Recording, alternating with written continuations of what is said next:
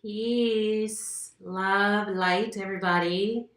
This is Misty Moon, and I'm doing live on Instagram and also recording for my Facebook fan page. And it's been a minute since I've done a video, and I've been really missing you guys and thinking about you all. To be honest with you, I'm just building my business, and it's a lot of work. And my goal is to be more consistent with my content, with my videos and newsletters. So at this point, I just release content when I can, when I'm able, so that it's coming from an authentic place. And so what's been on my heart, I actually have two topics, but I'm going to do another video for the other topic. And so for this topic, what I want to share with you is about sugar. This seems to be coming up a lot. I mean, it's an ongoing conversation about our addictions to sugar. So some of this information you may know, you may not know, but I just wanted to give a quick little talk about why are we so addicted to sugar? Why is sugar so why does it take over us in such a powerful way? And there's many reasons. And one of the reasons is that again, you may or may not know, but sugar is actually addictive. And science has proven that sugar has the same type of chemical reaction in the brain as does cocaine. So for an example, there was a study with Queensland University, and they researched that excessive sugar consumption increases the dopamine levels in similar ways as drugs such as cocaine. And then Professor Bartlett, she's a neuroscientist. This is crazy. So they have actually used drugs, the same drugs they use to treat nicotine addiction. They also treat for sugar addiction as well. And then another thing too I want to share with you is Dr. Mark Hyman. He's a medical physician.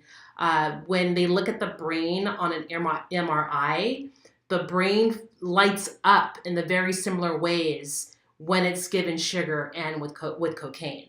So I think that's just something really deep to reflect on. When we think about when we have our sugar cravings, it's really coming from a physiological place. And so two things I want you to be aware of is one, it can be genetic. I think about, because I definitely have, I've been battling with sugar for quite a while, and it definitely runs in my family and my dad's side.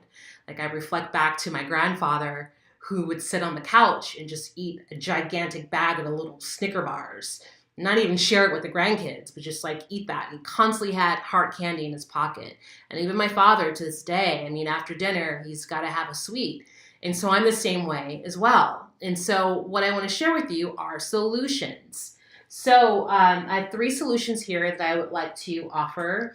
One, so if you figured that sugar gets in your bloodstream, right? And just like drugs, and once you can get it, detox your body, get it out of your system, you don't crave it anymore, right? So one of the things that you can do, which is an immediate way to get it, well, this is more of getting it off your palate, off your tongue, and it's a tongue scraper. Okay, I'm not sure if you've used these before, but you just simply open your mouth and you just scrape it about 3 or 4 times, and that completely cleanse the palate, so that helps to remove the cravings. Okay, and these are maybe $14 at a natural food store. And then as far as addressing the blood is concerned, chlorophyll is an awesome ally to have.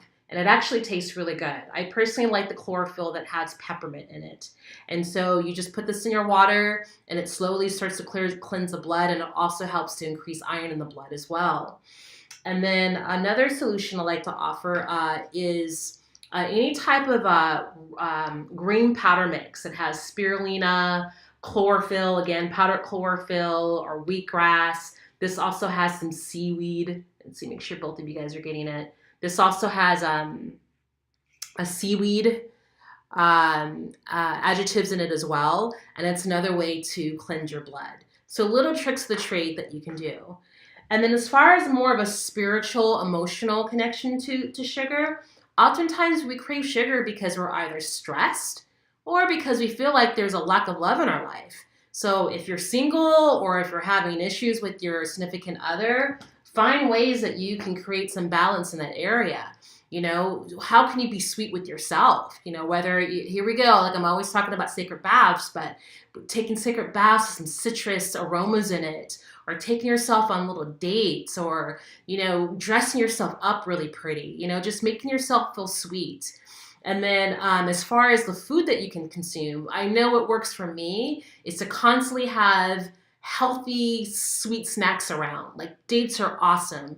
I just recently last night made my first batch of granola bars, which consists of oats and agave nectar and some nuts and dried cranberries. And I put a little almond butter in it, and then you bake it and you have these little bars. I'm actually going to feature that on my next live vegan demo.